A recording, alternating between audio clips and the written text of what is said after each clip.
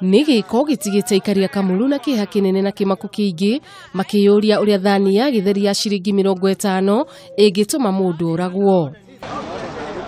Aria mareyoneire gicanjama giki mataririe uria Dennis uria rutaga wira wa miako aracemanirie na giku giake moko-ini ma mundu kurikanite ta kitheka mwene kibanda kia irio mari ngwataniro na mutumia wake.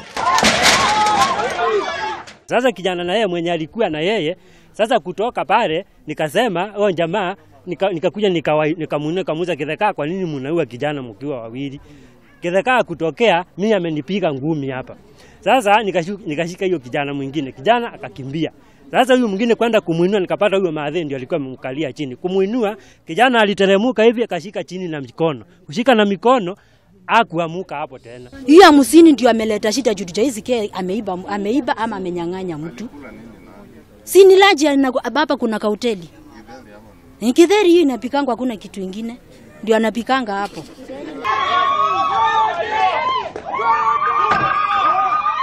Nene gukuna ni uria mararakitwo ni giko kiu aikari cio marahithukire kibanda kia mwikuirwo gukirikana thiiri ucio ni urarihitwo ni umwe wa nyumba ya mutigaire.